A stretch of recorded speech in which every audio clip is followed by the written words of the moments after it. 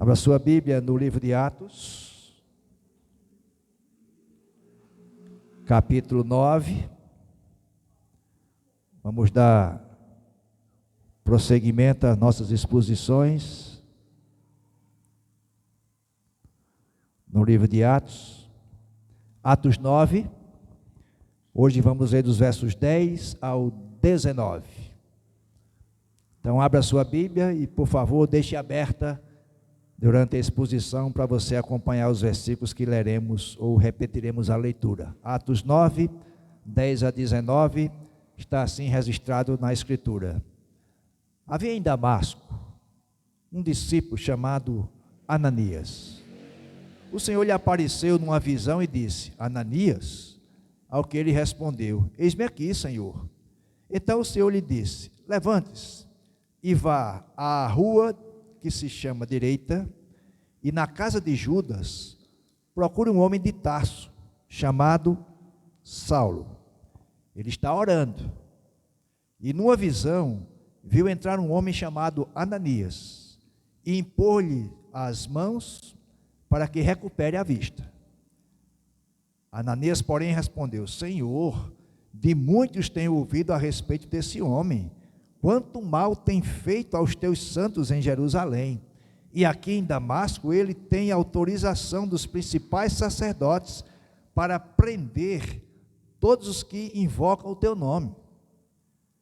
Mas o Senhor disse a Ananias: Vá, porque este é para mim um instrumento escolhido, para levar o meu nome diante dos gentios e reis, bem como diante dos filhos de Israel, pois eu mesmo vou mostrar a ele quanto deve sofrer pelo meu nome. Então Ananias foi, e entrando na casa, impôs as mãos sobre Saulo, dizendo: Saulo, irmão, o Senhor Jesus, que apareceu a você no caminho para cá, me enviou, para que você volte a ver e fique cheio do Espírito Santo. Imediatamente caíram dos olhos de Saulo umas coisas parecidas com escamas, e ele voltou a ver. A seguir, levantou-se e foi batizado, e depois de comer, sentiu-se fortalecido. Saulo permaneceu alguns dias com os discípulos em Damasco. Até aqui a leitura da palavra de Deus. Bendito Deus e Pai, que o teu Santo Espírito que inspirou esta palavra ilumine nossas mentes e corações para entendê-la. O mesmo Espírito Santo que impeliu Paulo a ir a Damasco perseguir os cristãos, o Senhor Jesus apareceu a ele. Que nessa noite também o Senhor apareça às nossas vidas, e que teu Santo Espírito nos ilumine para sermos discípulos teus, em nome de Jesus, amém. Meus queridos, como nós temos caminhado com a história da igreja no livro de Atos, pensando sobre esse tema maior, a soberana vontade de Deus, do Espírito Santo na vida da igreja. E a gente viu domingo passado a conversão e o chamado de Paulo, a parte 1. Hoje a parte 2. A parte 1 foi a conversão. A parte 2, o chamado e a visita de Ananias.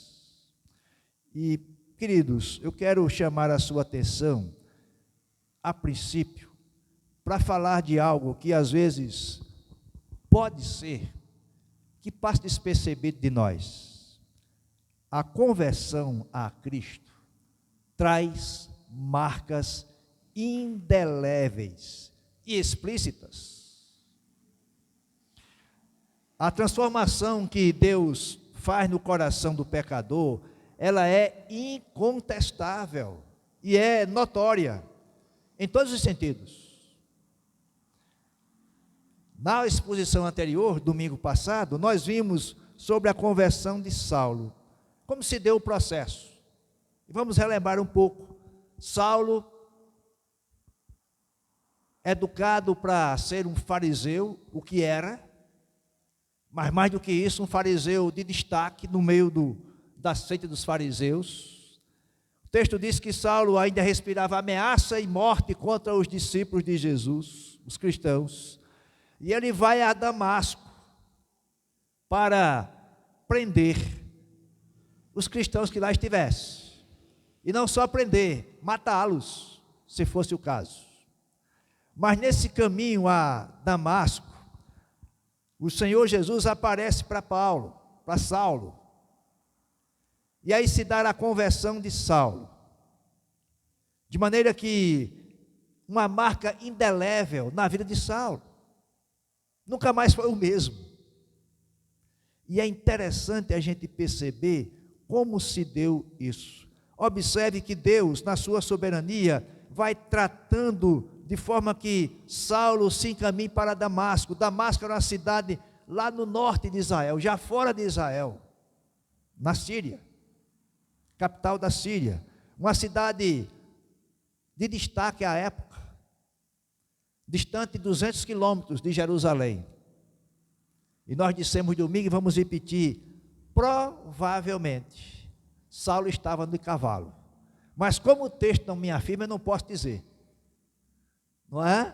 Então quando você ouvir aí, Saulo caiu do cavalo, cuidado no coice do cavalo, tá? Porque o texto não me diz isso, diz que Saulo caiu por terra, e nesse cair por terra, Saulo vê essa luz brilhante na vida dele, e pergunta: quem é, Senhor? Eu sou Jesus a quem você persegue. E aí se dá esse processo da salvação na vida de Saulo. Hoje nós vamos ver um pouco desse progresso da salvação, da conversão de Saulo. E é interessante que o mesmo Saulo, que depois passa a usar o nome de Paulo, ele escreve aos Filipenses e os exorta que eles desenvolvam a sua salvação com temor e tremor. E o mesmo Paulo escreve aos mesmos Filipenses e diz que, embora ele não fosse ainda perfeito, e não era, como nós também não o somos, ele prosseguia rumo à perfeição de Cristo, para a qual ele fora conquistado por Cristo. Notem que aqui nós estamos no início da vida de Saulo, a conversão dele e esse processo de desenvolver a salvação. Mais tarde é que ele escreve isso lá para os irmãos da cidade de Filipos. Veja que o texto está dizendo para nós, trata do progresso da conversão de Saulo. E, meus amados, o progresso da conversão é por si só uma comprovação de que houve uma conversão verdadeira. O que é que a gente aprende com isso? Se não estiver havendo desenvolvimento, progresso na salvação, é porque essa pessoa não passou pelo processo de conversão. Ela aderiu à igreja, ela se convenceu que é bom, que Jesus é bom, ela até fez uma adesão, no sentido de eu me conformo a isso, mas não passou por um processo de salvação como esse na vida de Saulo e de tantos outros. Então, a gente precisa entender isso. E agora, o que é que a gente vai olhar para o texto propriamente dito? Primeira coisa que eu quero destacar é a mensagem de Deus para Ananias, versos 10 a 12. O texto começa: havia em Damasco um discípulo chamado Ananias. Claramente, esse não é o mesmo Ananias lá do capítulo 5. Aquele morreu fulminado, porque tentou enrolar Deus, né? Enganar Deus. Não enganou nem o apóstolo Pedro. Então esse não é aquele Ananias, que é outro Ananias. Só que a gente não tem nada de informação sobre esse Ananias, nem antes, nem depois desse encontro com Saulo. Nós sabemos e podemos pensar Ananias como um seguidor de Jesus, porque o texto me informa, um discípulo chamado Ananias. Discípulo, portanto, é um seguidor de Jesus. E é interessante que a gente percebe que Ananias nem era apóstolo, nem era profeta, nem era pastor, nem evangelista, nem um ancião, nem diácono. Agora veja quem era Ananias. Atos 22, versículo 12. Quando Paulo está dando a sua defesa perante os judeus, Paulo fala da conversão dele. E aí Paulo trata da seguinte forma, Atos 22, 12, que é o outro relato da conversão de Saulo, né? O outro está no capítulo 26. Veja o que Paulo diz: um homem chamado Ananias, piedoso conforme a lei, tendo bom testemunho de todos os judeus que ali moravam. Então, nós olhamos para aí e sabemos agora que Ananias era um discípulo piedoso e que tinha bom testemunho dos judeus. Esse é o homem que Deus chamou para ir tratar com Saulo. E não era necessário que Deus usasse um homem como Ananias para a obra na vida de Saulo. Deus mesmo podia fazê-lo, assim como Jesus se encontrou com ele. Mas, meus amados, nós podemos dizer que Deus usou Ananias simplesmente porque Deus ama usar pessoas, e Ananias era um servo disposto. Observe que o texto continua, ainda no versículo 10. O Senhor apareceu numa visão a Ananias e o chamou, né? Ananias. O que é que ele respondeu? Eis-me aqui, Senhor. Essa é uma marca do discípulo, do servo, e é por isso que Deus está usando Ananias. Homens e mulheres como Ananias respondem ao chamado de Deus: eis-me aqui, Senhor. Isso já vem para nós como história desde o Antigo Testamento. Lembra-se de Samuel, um adolescente que morava no templo e ouviu a voz de Deus e achou que era o sacerdote, e vai lá 3 vezes, e o sacerdote lhe disse: olha, quando você ouvir essa voz lhe chamando, simplesmente responda: eis-me aqui, Senhor. Portanto, se você, se nós, se nessa noite você ouvir essa voz chamando o seu nome, diga: eis-me aqui, Senhor. Ele pode ter algo específico para a sua vida, para lhe usar. E é interessante que Deus falou com Ananias de um modo completamente diferente de como falou com Saulo. Se a gente retornar um pouquinho os versículos desse capítulo 9, Saulo foi confrontado de modo ousado. Podemos até pensar de forma violenta para alguns. Saulo caiu por terra quando o Senhor falou com ele. E, meus amados, Ananias ouviu a voz de Deus numa suave visão. Qual a diferença? Para Saulo, Jesus apareceu. É diferente de visão. Aparição é diferente de visão. Aparição, você vê, e os outros não veem. Na visão é você estar só na imagem. Não é que não aconteceu a visão, mas é só você está vendo, não como uma aparição. Por que que o Senhor teve que aparecer para Saulo? Porque ele era apóstolo. E um dos requisitos para ser apóstolo era ter visto o Senhor ressurreto.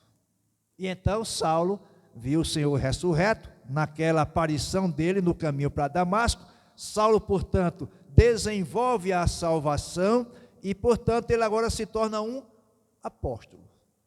Ananias tem uma visão e Deus fala essa visão a Ananias de forma específica. Atente aí para o versículo 11. Veja 11 e 12. Veja como Deus é específico para Ananias. Primeiro ele trata de uma rua específica.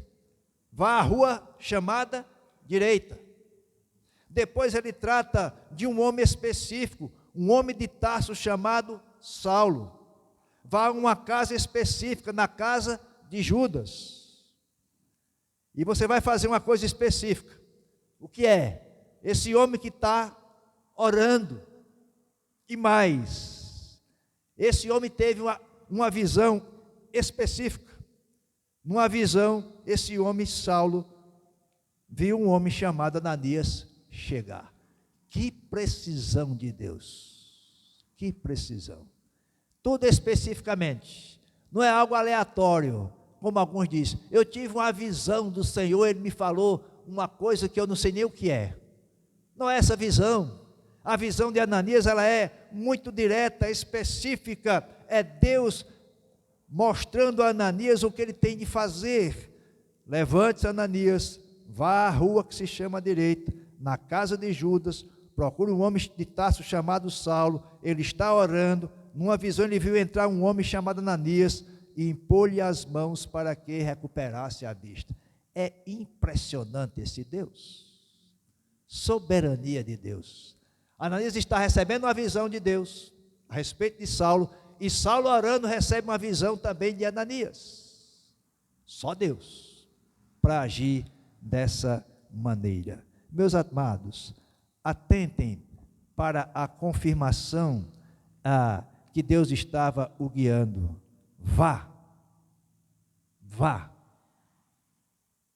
E é interessante que as instruções de Deus para Ananias, elas foram claras. E, curiosamente, para quem não enxerga o texto direito, não é? Deus contou a Ananias sobre a visão de Saulo, na própria visão de Ananias. Não é interessante? Deus está, numa visão, se revelando a Ananias, dizendo o que ele tem que fazer. E nessa visão ele diz, Saulo está tendo a visão de você também. Somente Deus para agir assim. E é isso que está acontecendo. Mas eu quero destacar aí no final do versículo 11, qual é a posição de Saulo agora. Saulo está orando. Saulo está orando. Isso já indica uma verdadeira mudança no coração deste homem. Este homem era famoso por perseguir os discípulos de Jesus. Saulo nunca havia orado realmente antes. Mas ele era judeu, fazia suas orações. Claro que sim. Mas Saulo fazia orações formais. As orações de Saulo eram mecânicas. Muito mais mecânicas do que espirituais. Ele nunca havia orado tendo Jesus como mediador. Ele nunca havia orado no nome de Jesus. Ele nunca havia orado com um coração humilde, próximo a Deus. Ele fez muitas orações, sendo um fariseu, não é? Porém, nunca havia orado de verdade.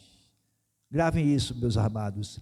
A primeira evidência de que alguém nasceu de novo é que ele ora. Mas ele ora no nome de Jesus. Ora no nome de Jesus.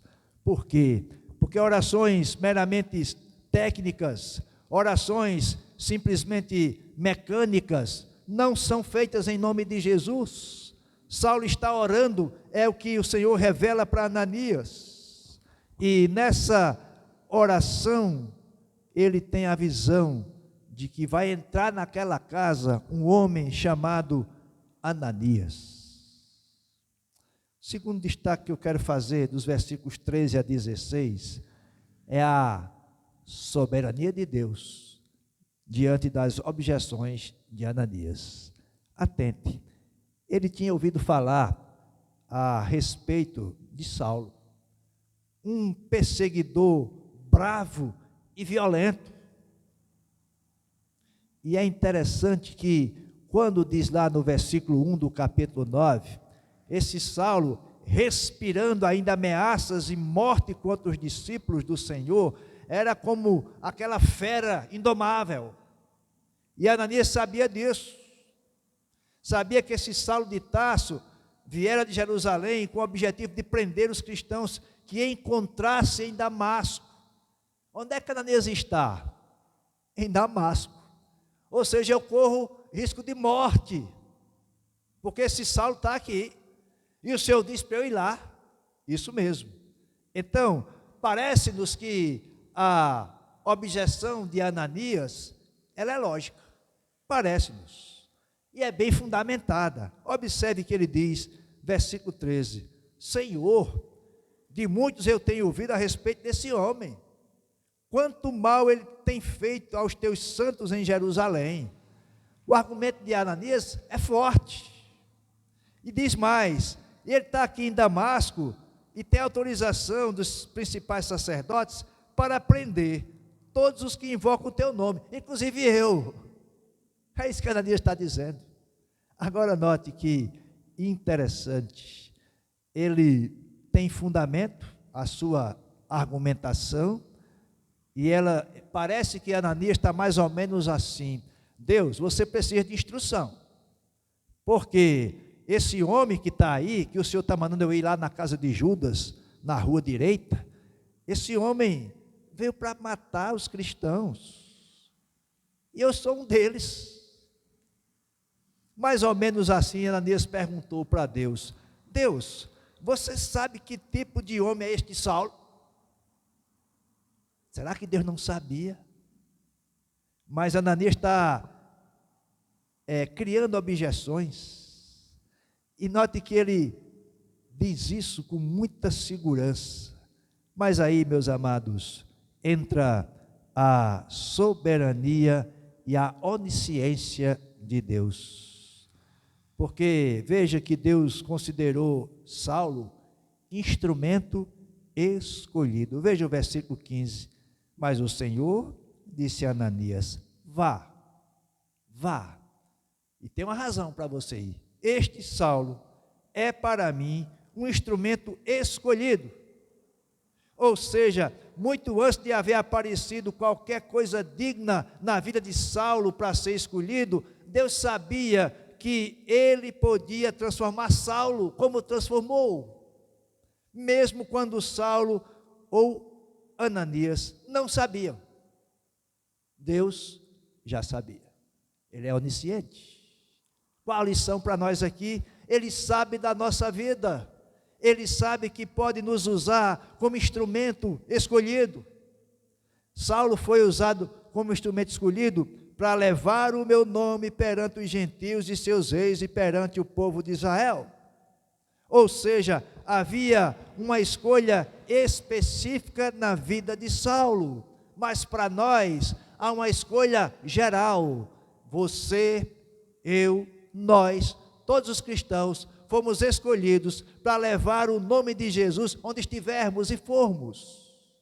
Louvado seja o Senhor por isso, porque nós fomos escolhidos para isso.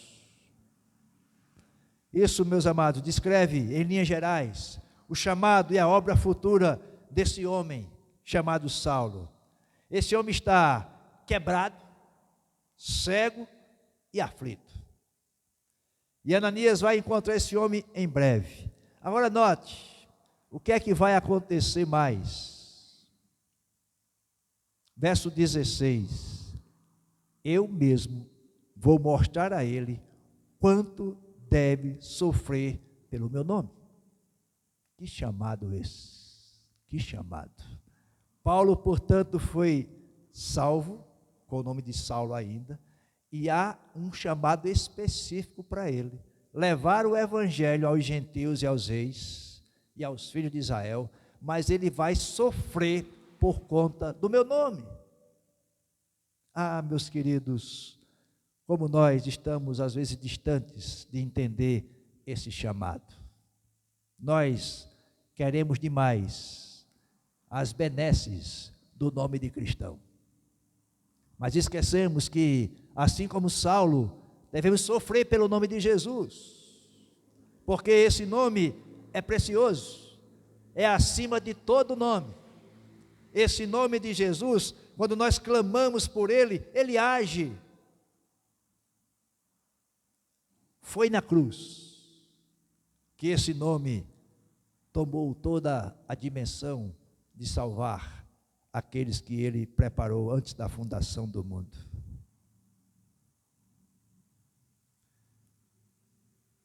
Daqui a poucos instantes, ou dias, ou anos, Saulo vai deixar uma vida de privilégio que tinha, preparado para ser líder dos fariseus lá no Sinédrio, para abraçar um chamado maior, porém um chamado com muito sofrimento.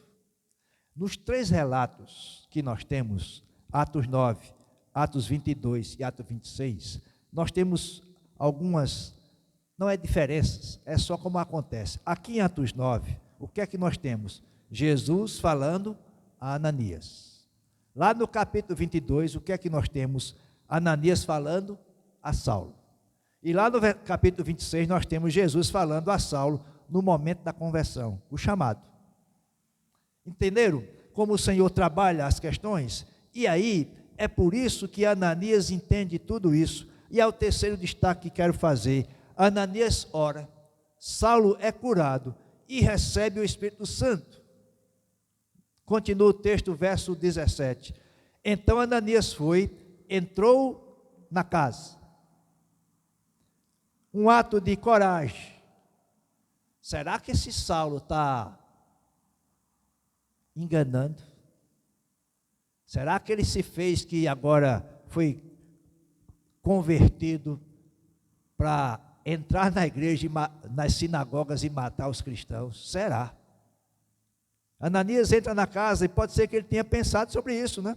Com medo, com suspeição, mas note que ele está obedecendo ao Senhor. O que é que ele faz assim que entra na casa? Impõe as mãos sobre Saulo. Assim que entra na casa, não deu nem boa tarde, nem bom dia, nem boa noite. Entrou na casa e impôs as mãos sobre Saulo. Agora vejam como é que Ananias se dirige a Saulo. Saulo, irmão.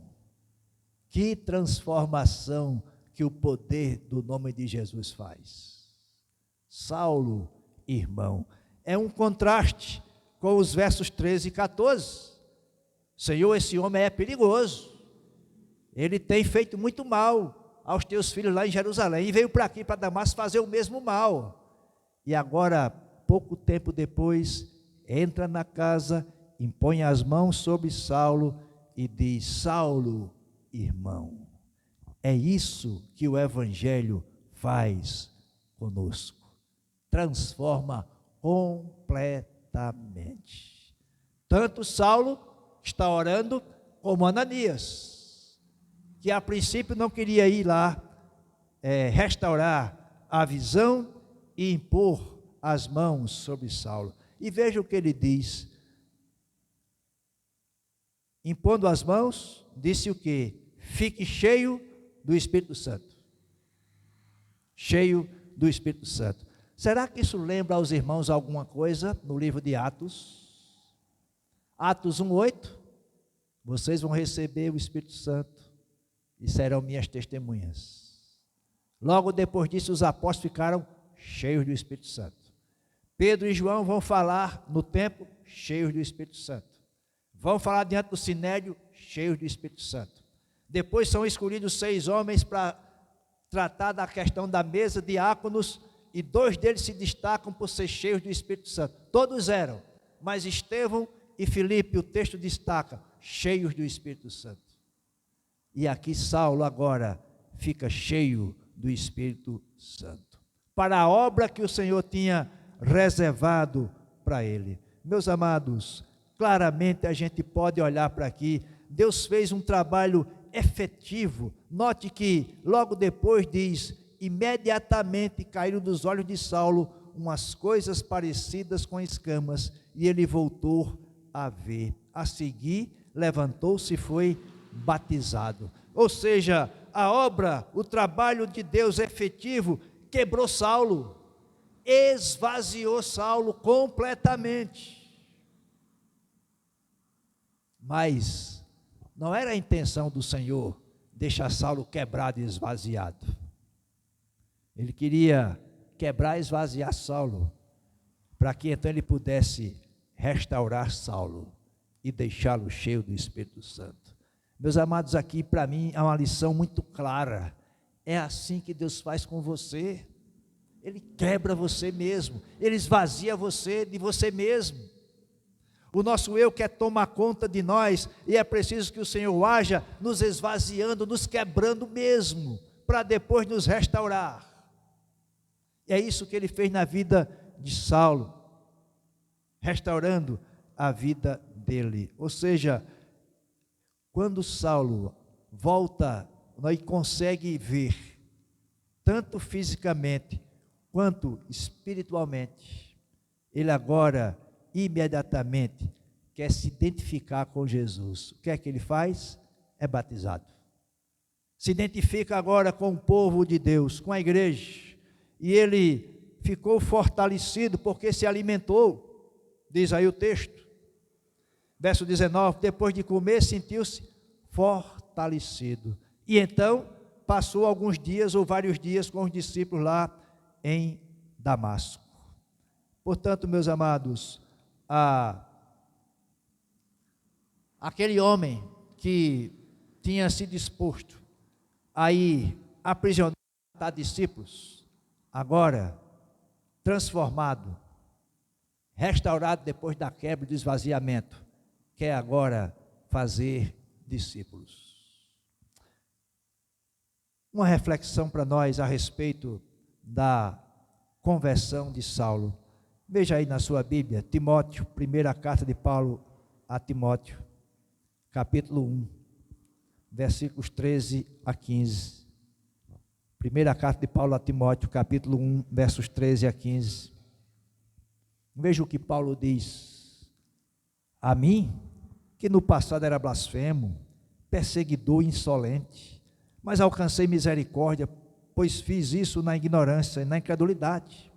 Transbordou, porém, a graça de nosso Senhor com a fé e o amor que há em Cristo Jesus.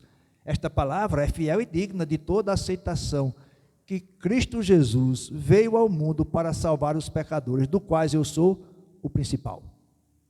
Isso é Saulo falando, agora é Paulo falando. Então, se a gente olhar para isso, alguma reflexão para nós. Primeiro, Jesus deve nos confrontar com Ele mesmo. É o próprio Senhor que confrontou Saulo. Ele nos confronta. Reflitamos sobre isso. E o nosso pecado, a nossa rebelião contra Ele, os pecados até cometidos na ignorância, o Senhor os confronta, porque Ele quer nos restaurar. A conversão de Saulo também nos lembra que, em sua essência, a salvação é algo que Deus faz em nós. O que nós fazemos é apenas resposta do que Ele faz em nós. Se o Espírito Santo não entrar na vida e não mudar o coração, não quebrar e não esvaziar, nós não vamos responder positivamente ao Senhor. A conversão de Saulo nos lembra que Deus encontra alguns que não estão procurando, mas Ele encontra, porque Ele é soberano, e Ele vai salvar o que Ele quiser. A conversão de Saulo nos lembra que não é suficiente que nós sejamos quebrados e esvaziados por Deus. Isso é necessário, mas não é suficiente, porque Deus quer usar essa nossa quebra e o nosso esvaziamento como um prelúdio, parte inicial que se toca na vida, na música da nossa vida, para restaurar e nos encher com o Espírito Santo. Veja o que Ananias diz para Saulo: fique cheio do Espírito Santo. Restauração, portanto, na vida de Saulo. Eu quero concluir com 4 lições e aplicações para nós. Primeira, lembre-se, a soberania de Deus em escolher seus instrumentos. Deus é soberano. À nossa vista, Saulo não seria escolhido. E Ananias disse isso. Mas, meus amados, Deus é soberano, Ele escolhe quem Ele quer para ser instrumento dEle. Ou seja, primeiro na conversão de pecadores, para depois usá-los como instrumentos. Ninguém, nenhum de nós, seremos instrumentos de Deus, se não passarmos pelo processo da conversão. Só assim Ele vai nos usar.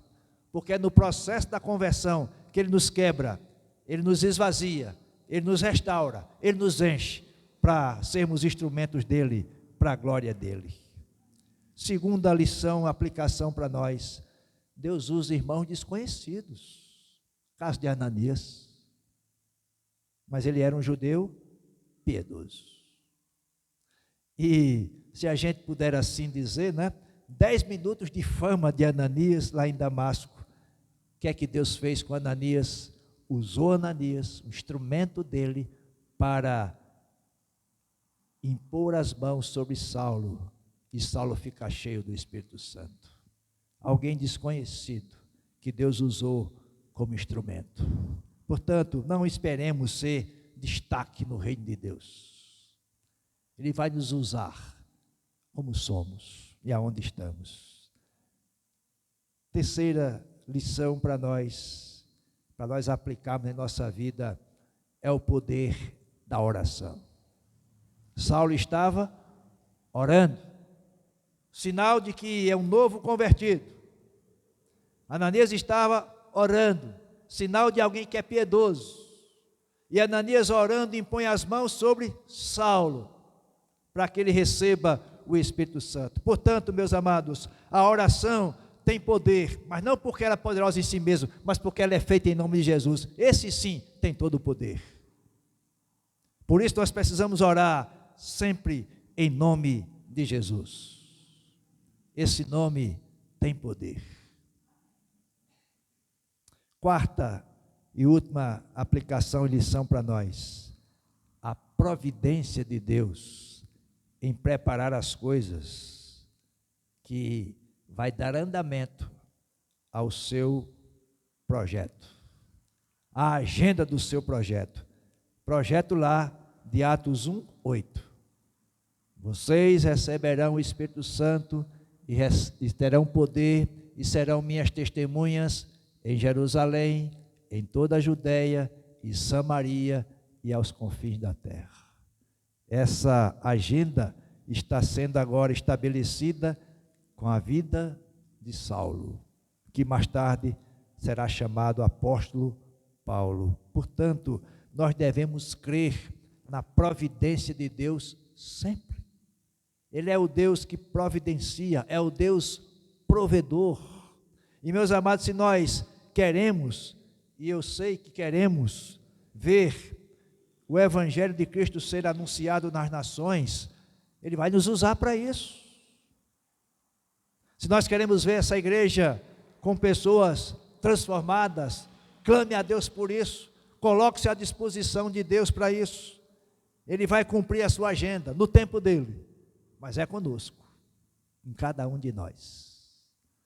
Que nós estejamos dispostos a sermos instrumentos nas mãos de Deus. Que Ele nos abençoe. Amém? Baixe sua cabeça, nós vamos orar nesse instante. Ó Senhor, obrigado pela Tua palavra, tão precisa para nós. Assim como Tu quebraste e esvaziaste Saulo no caminho para Damasco, Tu o restauraste e o encheste com Teu Santo Espírito lá na cidade de Damasco. Faz isso conosco, Senhor. Nos quebra, nos esvazia, mas nos enche com Teu Espírito. Nos restaura pelo Teu poder, para sermos instrumentos Teus de proclamação do Evangelho, aonde formos e estivermos. Em nome de Jesus. Amém. Receba a bênção dos apóstolos. Que o amor de Deus, o nosso Pai, a graça de Jesus Cristo, nosso Senhor, as consolações do Espírito Santo estejam conosco e com todo o povo de Deus, hoje e sempre. Amém.